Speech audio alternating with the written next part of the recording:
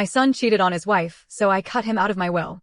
But his DNA test exposed a secret none of us expected. I never thought I'd live long enough to see my own son turn into the kind of man I warned him about.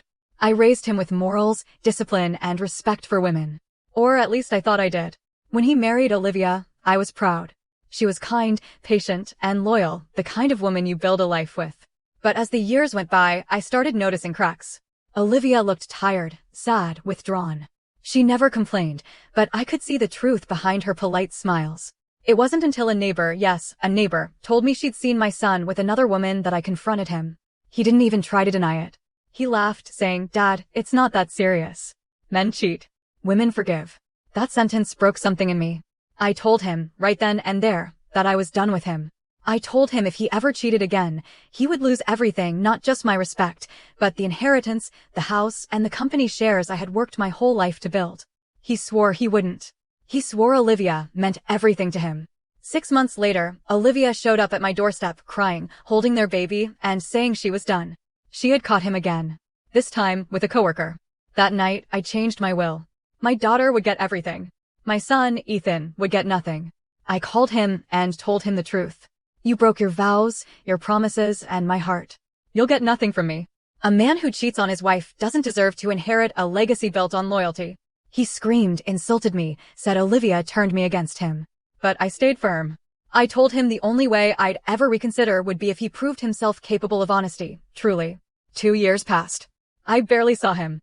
Olivia divorced him, and he moved to another city. I didn't hear from him again until I got a letter. A long, emotional one. He said he was sorry. Said he was changing. Said he wanted a second chance.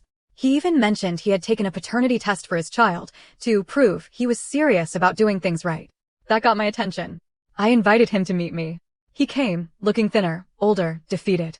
For the first time in years, I almost felt sorry for him. He said, "Dad, I've been clean. No lies. No games. I even took that test you mentioned once, remember? The paternity one. I passed. I just want you to see I'm trying." I looked him in the eyes and told him I'd consider adding him back into my will if he brought me the test results himself. He agreed, eager, almost desperate. A week later, he sent me a sealed envelope from the lab. I opened it slowly. I'll never forget the look on his face when he realized I was actually reading it. The test didn't say what he thought it said. Under result, in bold letters, it read, "Not the biological father."